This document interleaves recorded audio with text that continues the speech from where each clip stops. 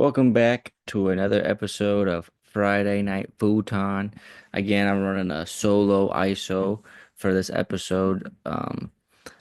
Josh could not make it for this one, but we still are gonna keep talking ball. It felt like we haven't talked ball for. I felt like for me for more like 2 weeks rather than a week. But let's get right into it. We start off with the Suns trade that kind of was like kind of the drama of the week, with the Jimmy Butler fiasco. I won't not say fiasco, but just him wearing a different pair of shoes at the at the beginning of the game, just the Suns colorway. But let's get right into this trade. We have the Suns trading their 2031 first round pick for the Jazz, and the Jazz for three first round picks. The Cavs Wolves 2025, and it's gonna be the worst of those two. And the Either the Cavs, Wolves, Jazz, the worst of those three in 2027, and the worst of the three again in 2029, all first round picks. So basically, the Suns flipped one first round pick for three. Um, gives them a little bit more trade assets as they have none in their picks. Um, it made Jimmy Butler excited to see that they actually finally had some trade assets, which is why he wear colorway to in that game. But uh, yeah, so it is really interesting to see how much it opens up for the trade for the Suns. I do not know if that's enough for the Heat to swing, but at least it is overall good for the Suns to have their first round picks, even if they don't go for a Jimmy Butler swing. Um, but for the Heat, otherwise, I really just want Jimmy Butler to get off this team, even though I am a fan of Jimmy Butler. I'm really just ready for the Heat to wash their hands of him because I think they have something special in Indiana's very own Khalil Ware. He played at Oregon first, but he had a 10, 16 rebound and two block game, and then he had a 25, 8 rebound and two block game back-to-back games, and he's been really just tearing it up, adding lob threat and has been able to stretch the floor at times. He went up against Wemby and had an impressive performance. Um, it's been really kind of unlocking more assets for the Heat offense, which, in my opinion, have always been one of the toughest watches to watch in the NBA offensively, as they win games more with their gritty defense. But Tyler Herro's been, and I'm not a big fan of just watching the Tyler Hero show, even though he has been hooping this year. It's kind of nice to see that they have more offensive punch other than Tyler Hero. Um, Going off of that, um, we have uh the Pacers, the Cavs, the Grizzlies, the Thunder in the race for Cam Johnson. Um, I'm sorry, I'm skipping over my notes. I'm sorry, let me cut back. Yeah, the Tyler Hero stuff. Um, I think more offense with him, and I think a big turnaround also in the East has been the Detroit Pistons, and that's been also a team that's also been a lot of fun to watch. I do really like watch the Cade Cunningham show, um, and he has had high turnover games, some 10 turnover games, but it's really nice to see just them starting to win some games. They're sitting at the sixth seed in the East. Just right now 23 and 21, and for them to be at above 500 right now really speaks a testament to their just growth overall and just how um from last year, and this could be a really impressive team that can maybe make the playoffs. Like as right now, if the playoffs were to start, they'd make it. They wouldn't have to be in the play-in. So very impressive bounce back year for the Detroit Pistons. And it's not really even to say that they hit on anything crazy. They just got really good free agents. They got more spacing, but not like the offensive spacing that takes the ball out of Cade Cunningham's hands. That was a hard sentence for me to say, but uh, he needs another person that can maybe score with him because Jaden Ivey he's been out, uh, and will be out for a lot of time.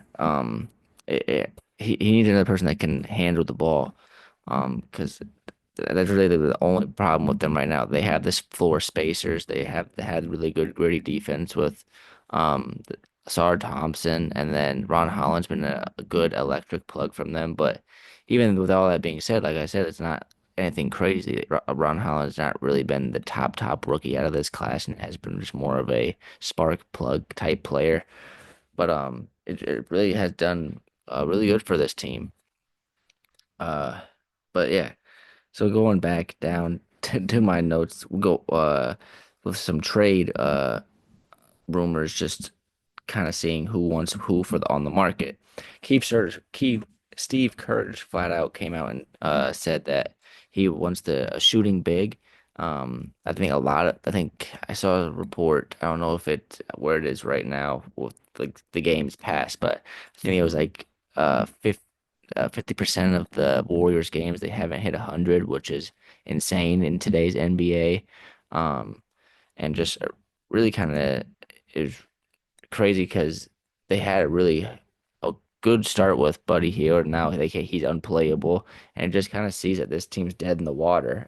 And some nights that they get a bounce back game, and then they talk in their presser like they have like it's their championship year.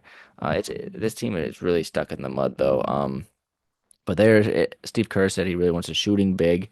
I think that's what's been, and he said that's what he thinks has been holding back this team. So they are targeting Nikola Vucevic on the Chicago Bulls, Jonas Valanciunas on the Wizards, John Collins on the Jazz, um, and then Robert Williams third, which is weird because he is not a shooting big at all, but he would add a good rim protector, but he would not stay healthy. So I would really stay away from that target. Um, First of all, as he's not a shooting big and as he cannot stay on the floor for a long time. But I think the other ones would be really good pickups to be honest. John Collins would kind of if you were able to keep Jonathan Kuminga, you would have kind of those two modes of players. But I think it would make for a good combination. Jonas Valanciunas and Vucevic would be a very different look for this Warriors team. And I don't know what would you'd have to give up more for that. And I think I think that would be very interesting because both of those bigs could definitely take the ball out of Curry's hands and dime up a different type of offense that we haven't seen from the Warriors. Moving on, we have the Cavs, Pacers, Grizzlies, and Thunder in the race for Cam Johnson. Cam Johnson, if you've been listening to these podcasts, has been probably my number one target this trade deadline. And I think he's totally going to get moved because we saw Dorian Finney-Smith and Dennis Schroeder get moved as the Nets have had a really good start to their season and then purposely kind of have been dropping and in that Cooper flag, capture the flag race right now. But for this Cavs, I think he could, depending on the price, I think it could definitely be a team that could push you over the top and really solidify you this year. But but you've been having such a great year. I almost don't really want to even touch that chemistry. But it could also be, depending on the price, like I said, it could definitely be something that could boost you. You definitely don't want to touch anything in your starting five, really, as that's just been a solid ship for you this whole entire year. But same kind of goes for the Pacers. I would not give up a first round pick for I mean, first round picks for Cam Johnson, as I just feel like he's not the big splash that you would kind of need to really set yourself back up. Even though the Pacers have been playing good, Cam Johnson is not really the type of player that I really see elevating the Pacers to a different ceiling. Um, Next would and then to the Grizzlies. I think it would be a player that would kind of be interesting to see uh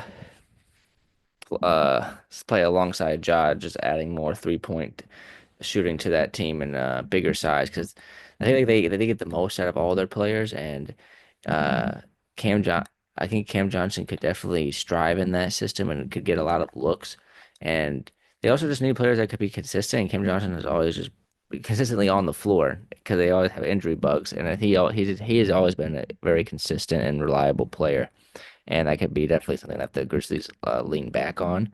And they have the valuable assets to not really give up that much for a Cam Johnson. But then the Thunder, I think if you have any doubts, like how the Celtics kind of have been on this poop stretch right now, being like a 500 team. I think in the last like 16. Uh, I think the Thunder, if they have anything like that in this next 25 games after the All-Star break, I think Cam Johnson is a type of player. I know the trade deadline would be nearing its pass, but I mean, Cam Johnson's a player that you're a team that has the picks. I think you should definitely throw your money at the a fan right here and get splurge yourself a little bit with a Cam Johnson because make your team unfair because right now the league is still has a lot of uh parity right now, and I feel like a Cam Johnson thing could really push you over the edge, like kind of how the Celtics have that at times. I mean, the Thunder still are a very perfectly well-rounded team, but imagine adding a Cam Johnson as well to that unit while also having your core. Like they would be able to have that entire core because they have the draft capital to just get him. And I think just push yourself to be unfair. I mean, it'd be fun to see a juggernaut team that hasn't won a championship, and it looked like the would be like look like me would be looking like the clear favorites. It'd be interesting. Now going back to just some just news around the league, we got the Knicks believe that Mitch Robinson will come back early February. Another player that returned tonight was Franz Wagner. I saw he had 20 points, but was shooting over three from three. Yeah, and that's what he ended with, shooting 9 for 19. Just a good game, honestly. Uh, I mean, just rusty getting back into it, but dropping 20 from with your first game back. Paolo Banchero really struggled this game against the Portland Trail Blazers. Uh, a surprising, dirty loss for the Magic, 79 to 101. I mean, like I said, putting up 100 is a shame. Not putting up 100 is a shame. Putting up 79 is a damn shame. Um, but Paulo Banchero, 8 points, 9 rebounds, 6 assists. Kind of having a Draymond Green game, but 1 for 14 on the game and 0 for 4 from three. That's just horrible splits. For a team that looked like they could be a dark horse uh, playoff team that could really upset one of these contending teams and knock them out of the playoffs. It's a really bad loss. They've dropped down to the seventh seed. Remember when we were talking about them at the fourth seed? Um, they sat perfectly at 500 after this loss, 23 and 23 with a losing streak of five. But like I said, Franz Wagner coming back, him dropping 20 in his first game. This is the perfect time. You need both of your stars back. Really push, and then you get that first a little bit of gelling, and then we go into All-Star break, so you can have that so you don't have to strain your body coming back from that injury, and then you really just lock in for that 25, and you can push yourself back up in this East because it's really honestly not that hard to do in the East. Um, yeah, but another big thing in the news is and then with the injuries, is Brandon Miller. I knew he was going to be out for a lot of time, but he's now out for the season with his wrist injury. It was a big hit for the Hornets, who have always been kind of the team that LaMelo Ball hasn't been able to stay healthy, and it's been kind of tough. Like it's annoying like that they can't get this synergy to work, and both of them being on the same time on the court at the same time with LaMelo Ball and Brandon Ingram. I mean Brandon Miller, because Brandon Miller had the whole his whole rookie season kind of to play his second half to play without LaMelo, and that was good for his growth. But now you kind of want to see them playing together and start. Even if it is in these losses, at least you can have losses that build chemistry, and now you're not getting that, and that's a really big hurt for them.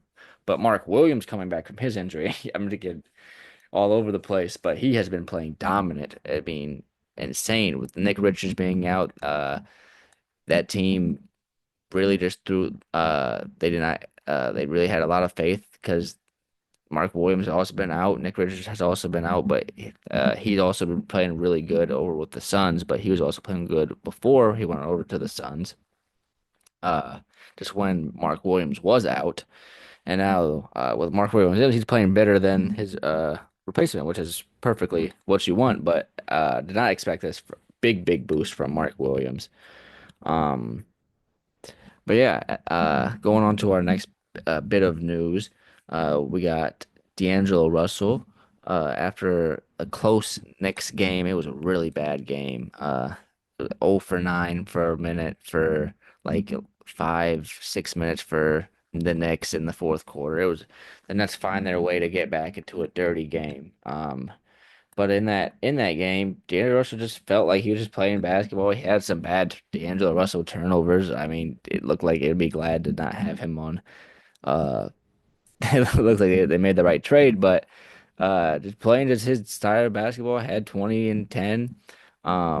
But he said, uh, I never take being able to play free basketball like this for granted again, which is a big statement to just his falling out with the Lakers and just how maybe their team is really constricting and that I hate to say it, but like players like Cam Reddish, maybe it's not the best spot for them to be like 3 and D wing that like we want them to be because uh even like a person that we saw have a lot of reign and a lot of leash felt like they were being held back, but at least he's not being held back and just like it feels like emotionally more because he's feeling he's playing his game and whatever outcome it is, it's his outcome and he's fine with that. And the team honestly is looking for him because Cam Thomas is out this game, so he's really the lead ball handler for this team.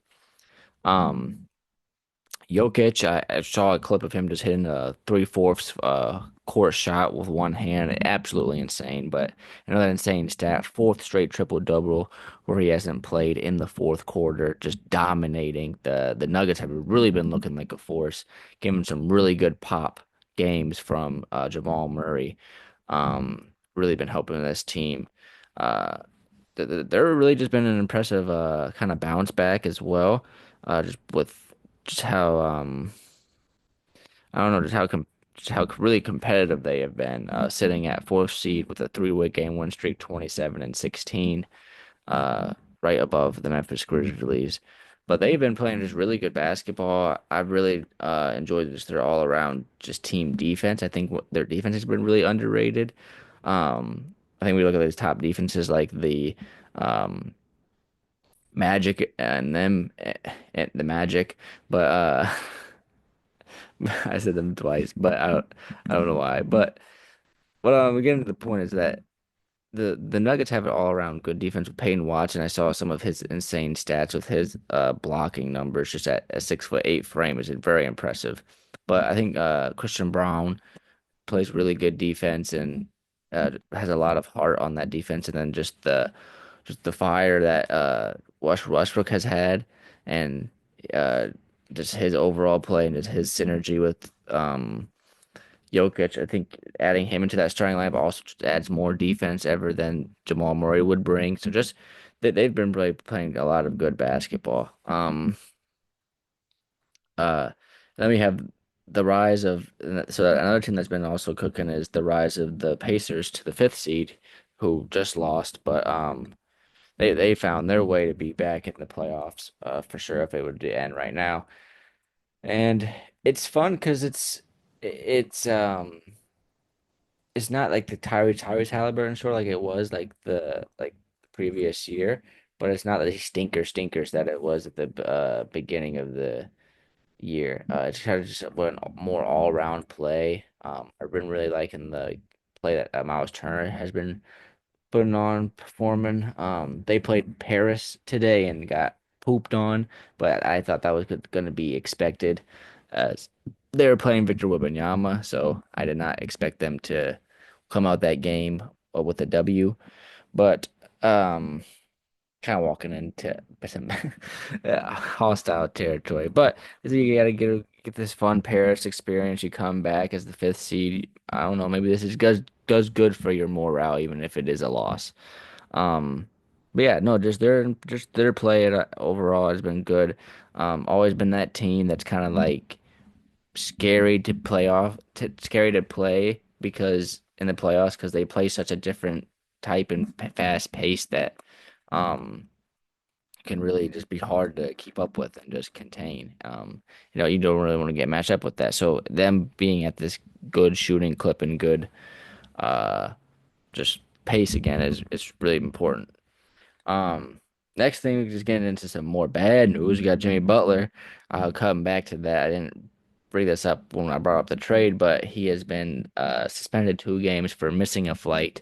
Been one of the worst persons I have drafted in my fantasy league because I thought he was going to be an all-around just stud, and he usually is. However, he has been suspended a lot of games, so he's not putting up any points for me. But Jimmy Butler, just find your way out of there. I mean, I know you're trying to, but try to do it without getting suspended because your team's not that bad. I understood kind of the death row of the Timberwolves, I guess, but even then, I mean, with Karl Anthony Towns' emergence with the Knicks, it almost kind of seems like that was a overreaction by you again. And then I understand the Tobias Harris things with the 76ers and them taking him over you, which is blasphemy. But it's time to take some accountability as well. I mean, Tyler Herro's playing his best basketball. You're seeing your rookie Khalil Ware. Your team keeps drafting well. I mean, why would this not be a team that? I mean, clearly you have a falling out and you won't be able to come back here. But this team seemed like a team that could keep growing and grow. They didn't do good in the trade market. I mean, that's clearly the frustrating aspect of them. That's only in free agency as well. It's only been Terry Rozier in the past year and a half or 2 years, a year and a half. But uh, yeah, no, I understand that frustrating aspect, but you gotta understand that like you came to the Heat and you know it's like the slow, tough like grind, but it is rewarding at times because you're seeing these rookies and you're seeing these I'm not gonna say no name, but like Highsmith, just really good, just role players and fundamental players. Uh, I don't know. It just is interesting. And then just to hear what teams want him and don't want him. He doesn't want to go to the Grizzlies. And then just the Suns have been just such a weird destination because they have the cap space and then just this little pick situation. I know we first touched on how it got better, but just it still is not the best. And then if they traded all their picks for Jimmy Butler, and then they're back in the same situation that they were in. So it just really is it. You understand the shit show that is. Um, I, but yeah, so that's been pretty much this episode. Um, uh, I don't think. Well, hopefully we have Josh for this next week's episode. Um, big update in the news is that I'll be starting a gaming channel. If you like basketball content, there'll be a gaming channel there. Will be 2K. But if you're not also into basketball and you just found this your way onto this video, there's gonna be some a lot of Rainbow Six Siege, hopefully. There's a lot of random games. We'll play whatever you guys say if you for the viewers. But we play a lot of miscellaneous stuff, and I think it'll just be a good time. A lot of different content than this, a lot more laid back, but good to be talking basketball again. See y'all next week. I didn't really get a touch on my jersey today, but the Oakland Wildcats, Damian Lillard high school jersey, my favorite NBA player. Didn't really mention the Bucks, so we can talk about them really fast before I leave. They're sitting at the fourth seed, 5 game win streak, just playing really good basketball. Defense still shaky, uh, like just shaky. I don't know.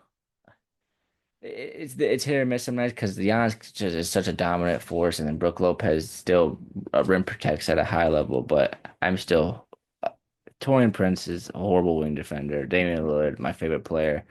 Uh, has kind of lost a step and never been that versatile defender. And their defense is just bad, but their offense is insane and has been stellar.